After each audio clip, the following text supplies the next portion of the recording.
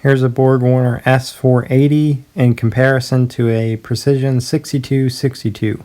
The S480 has an 80mm compressor wheel. In this case, I think this one's an upgraded one, so I think it's 80 by 120, though I think it's normally about 80 by 103 or something. The 6262 measures 62.45 by 82mm.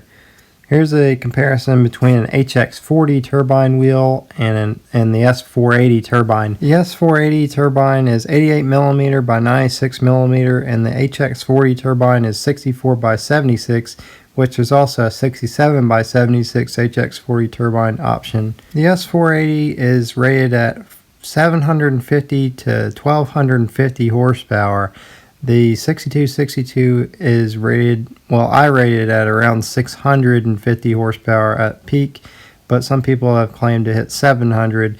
Most people that I see run that turbo usually hit about 580 on the 6262. I thought this turbo was just too beautiful not to share, so I figured I would just make a short video on it. I do have a rebuild video on the S400. I think it's called S475 Turbo Rebuild. The Precision Turbo swallowed a bolt. That's why it looks like it has a Batmo wheel, but it's not really a Batmo wheel. Ian just did a rebuild on this turbo. It was already machined for the compressor housing. I still can machine the compressor housings.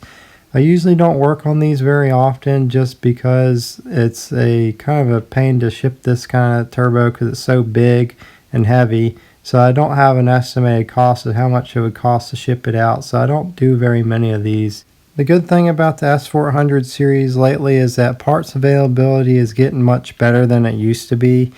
It used to be that it was basically impossible to get a turbine wheel, and in some cases it's still hard to get some turbine wheels, especially for some of the unique turbos from like the Aurora 5000 and stuff like that.